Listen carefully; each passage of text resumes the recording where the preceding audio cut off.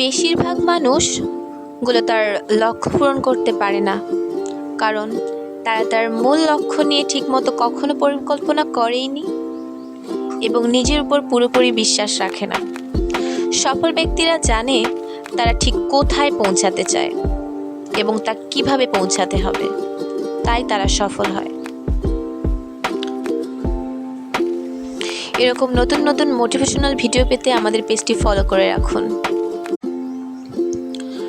বেশিরভাগ মানুষগুলো তার লক্ষ্য পূরণ করতে পারে না, কারণ তারা তার মূল লক্ষ্য নিয়ে ঠিকমতো কখনো পরিকল্পনা করেইনি এবং নিজের উপর পুরোপুরি বিশ্বাস রাখে না।